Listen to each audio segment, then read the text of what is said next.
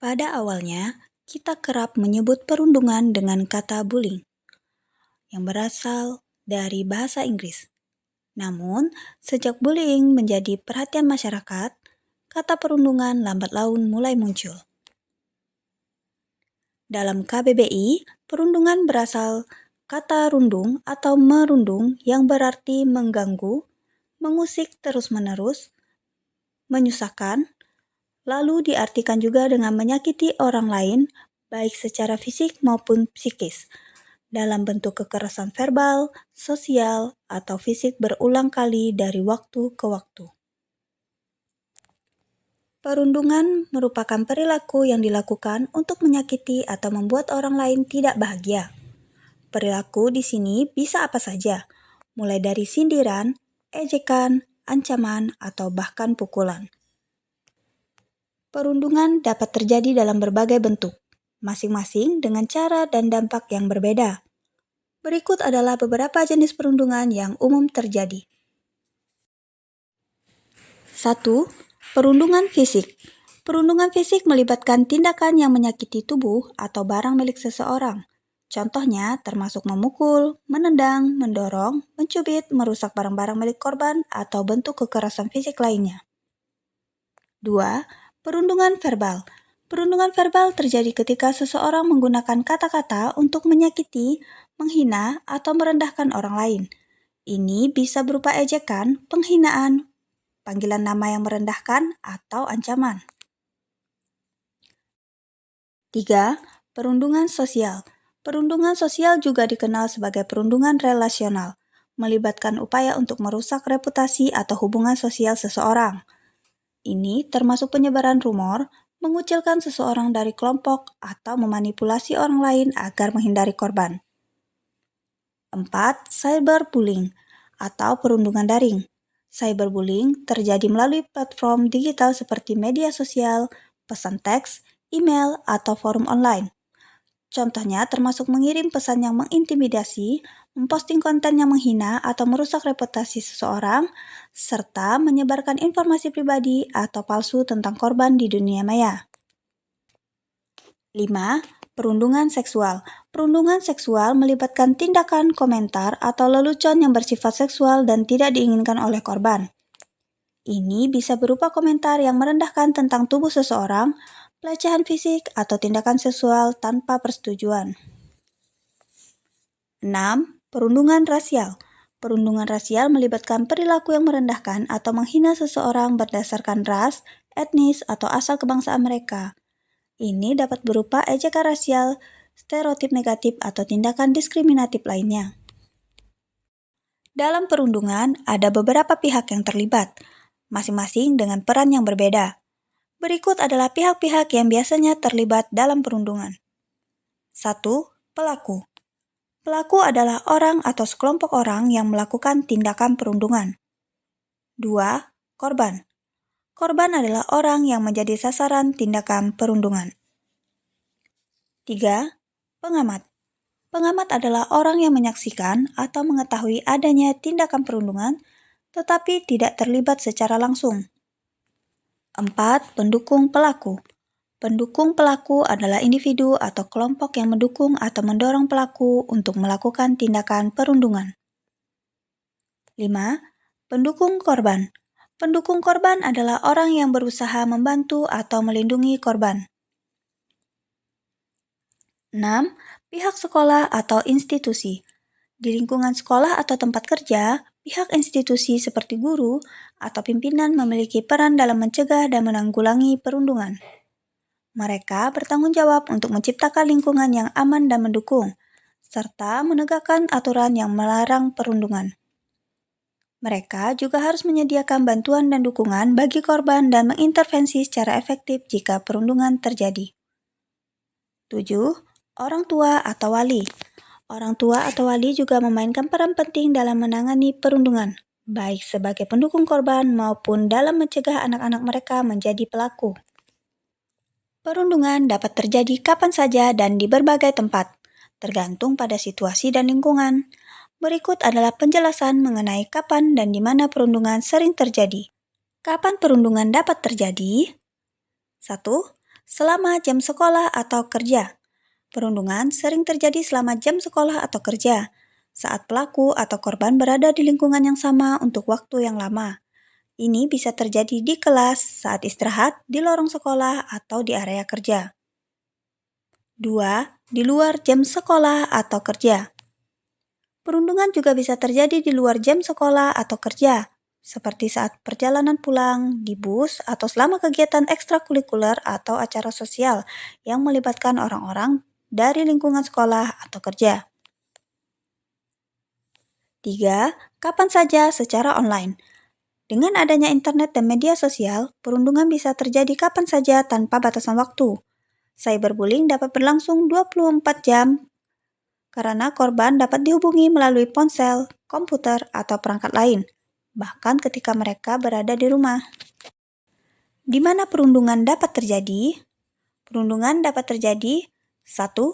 Di sekolah 2. Di tempat kerja 3. Di lingkungan sosial 4.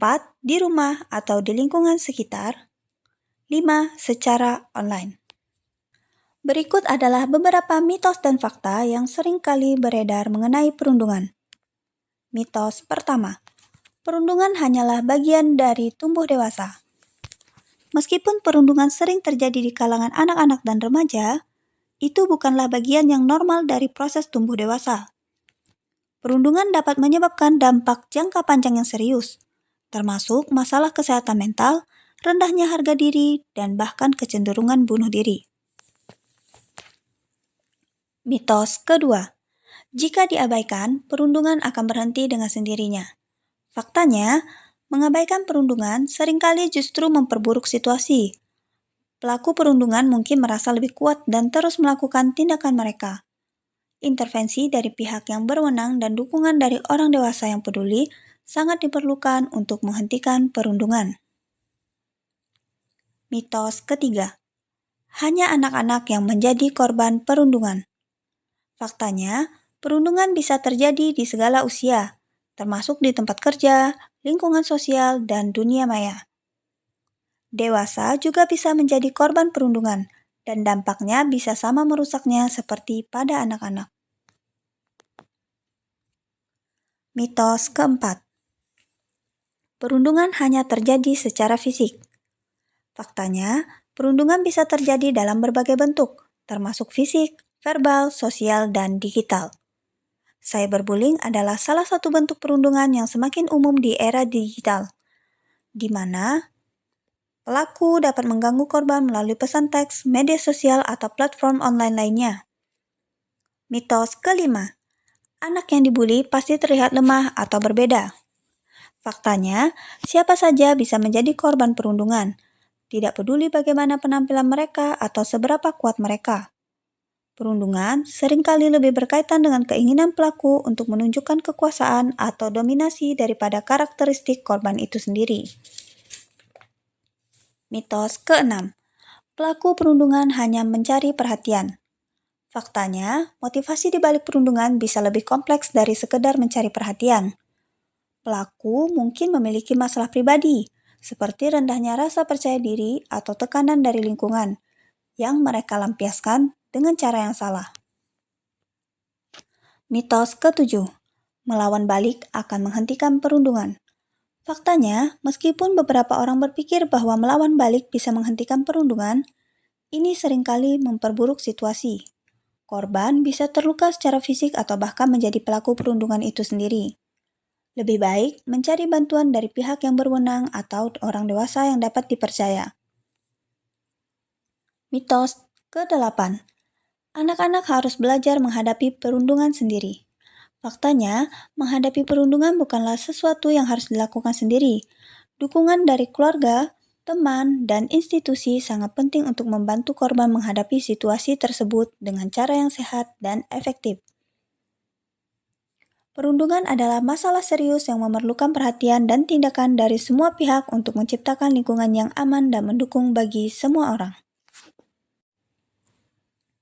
Dampak bagi korban. 1. Masalah kesehatan mental, seperti depresi dan kecemasan, rendahnya harga diri, dan pemikiran bunuh diri. 2. Masalah kesehatan fisik. Korban bisa mengalami luka atau cedera. Korban mungkin mengalami masalah kesehatan fisik seperti sakit kepala, sakit perut, atau gangguan tidur yang berkaitan dengan stres emosional. 3. Prestasi akademik. Korban sering mengalami penurunan prestasi akademik akibat sulit berkonsentrasi atau merasa takut untuk pergi ke sekolah.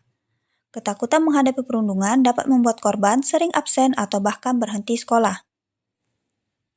4. Isolasi sosial. Korban perundungan mungkin merasa terisolasi dari teman sebaya atau keluarga, meningkatkan perasaan kesepian dan keterasingan.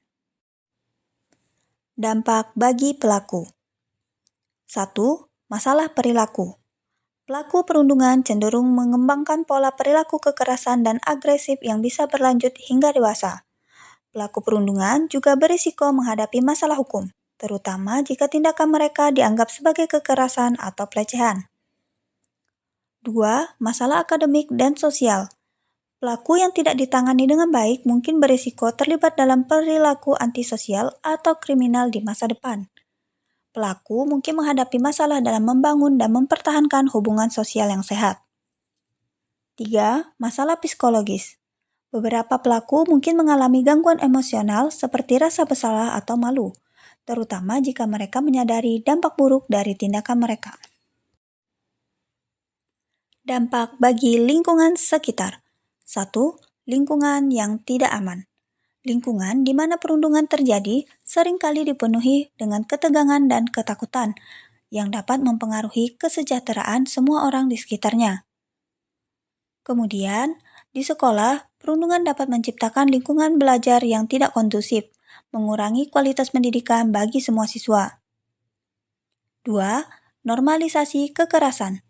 Perundungan yang tidak ditangani dapat membuat kekerasan dianggap sebagai hal yang normal, yang kemudian memperkuat siklus kekerasan. Dampak jangka panjang. Pertama, gangguan kesehatan mental. Baik korban maupun pelaku perundungan memiliki risiko yang lebih tinggi untuk mengalami gangguan kesehatan mental di masa dewasa. 2. Kesulitan dalam hubungan sosial. Pengalaman perundungan dapat mempengaruhi kemampuan seseorang untuk membangun hubungan yang sehat di masa depan. 3. Dampak karir. Pengalaman perundungan, baik sebagai korban maupun pelaku, dapat mempengaruhi perkembangan karir dan stabilitas pekerjaan di masa depan. Berikut adalah langkah-langkah yang dapat diambil untuk mencegah perundungan. 1. Membangun kesadaran dan edukasi. 2. Menciptakan lingkungan yang aman dan inklusif. 3. Mendorong komunikasi terbuka. 4. Pelatihan dan pengembangan keterampilan. 5. Melibatkan orang tua dan komunitas. 6. Menyediakan dukungan dan penanganan cepat. 7. Penggunaan teknologi yang aman. 8. Penghargaan dan penguatan perilaku positif. Dengan menerapkan langkah-langkah ini secara konsisten, perundungan dapat dicegah dan lingkungan yang lebih aman, inklusif, dan mendukung dapat diciptakan bagi semua orang. Perundungan dapat terjadi kapan saja dan di mana saja, baik di lingkungan fisik maupun digital. Karena itu, penting bagi setiap orang untuk waspada terhadap tanda-tanda perundungan dan berperan aktif dalam mencegah serta menangani situasi perundungan di berbagai lingkungan.